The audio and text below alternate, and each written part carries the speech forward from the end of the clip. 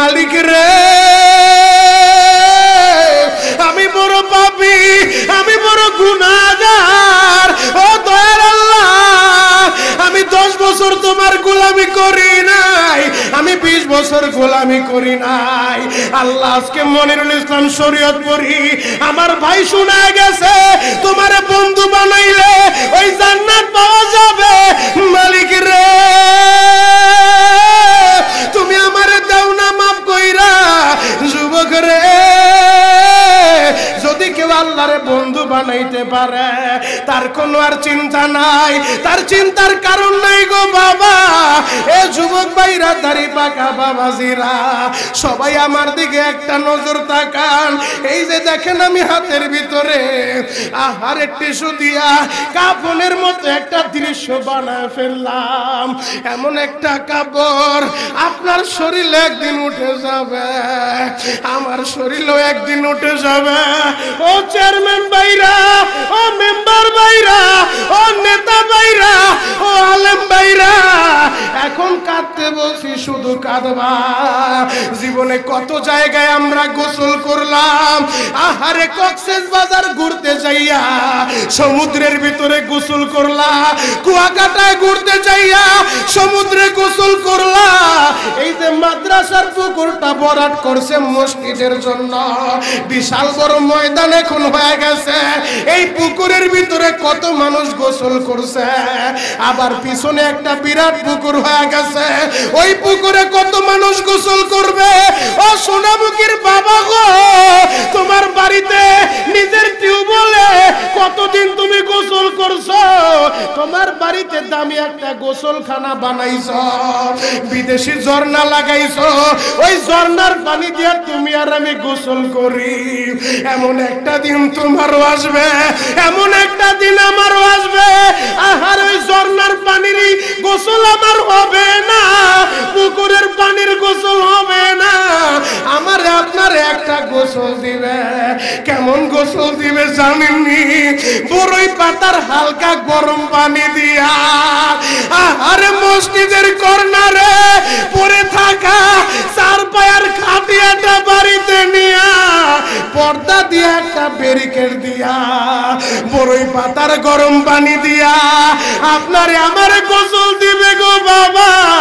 ওই গোসলটা যেদিন দেওয়া হবে, আহারে এরপরে আর দামি কাপড় পরতে দিবে না। এ কলিজার টুকরা আমার যুবকেরা, ও বাবাজিরা, ও মুরব্বী বাবাজিরা, ও পর্দার মা বোনেরা, এখন বসে বসে কাঁদবা। পুরুষ হইলে 3 টুকরা কাপড় দিবে, মহিলা হইলে 5 টুকরা কাপড় দিবে, এর বেশি কিছুই দিবে না। আহারে 3 টুকরা কাপড় দিয়া আমারও প্যাকেট করবে, আপনারও প্যাকেট করবে, মাথার কাছে একটা বাম দিবে, পায়ের কাছে একটা বান্ধন দিবে। এ যুবক, ওই কাপড়ের কাপড় আমার শরীরে লাগার আগে আল্লাহরে বন্ধু বানানো লাগবে।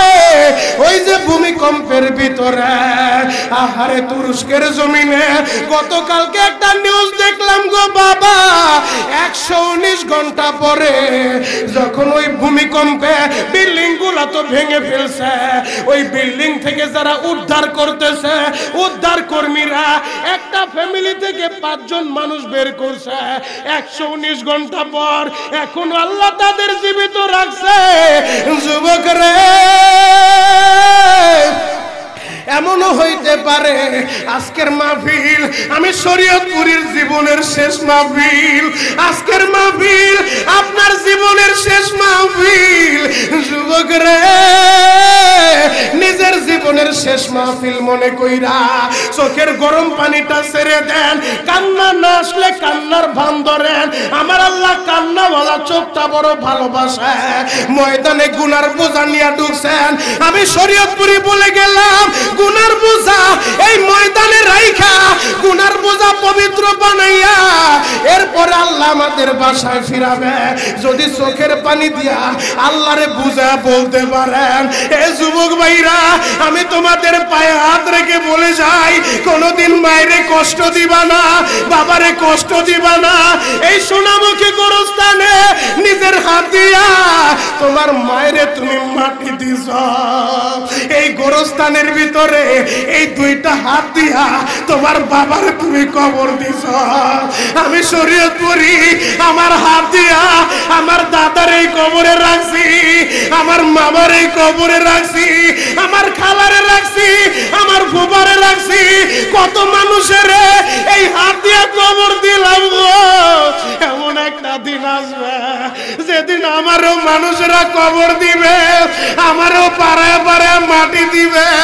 এ যুবক ভাইরা ময়দানে পয়সা এখন কাঁদতে থাকো, আল্লাহ আমার মায়েরে মাফ করে দাও, আল্লাহ আমার বাবারে মাফ করে দাও।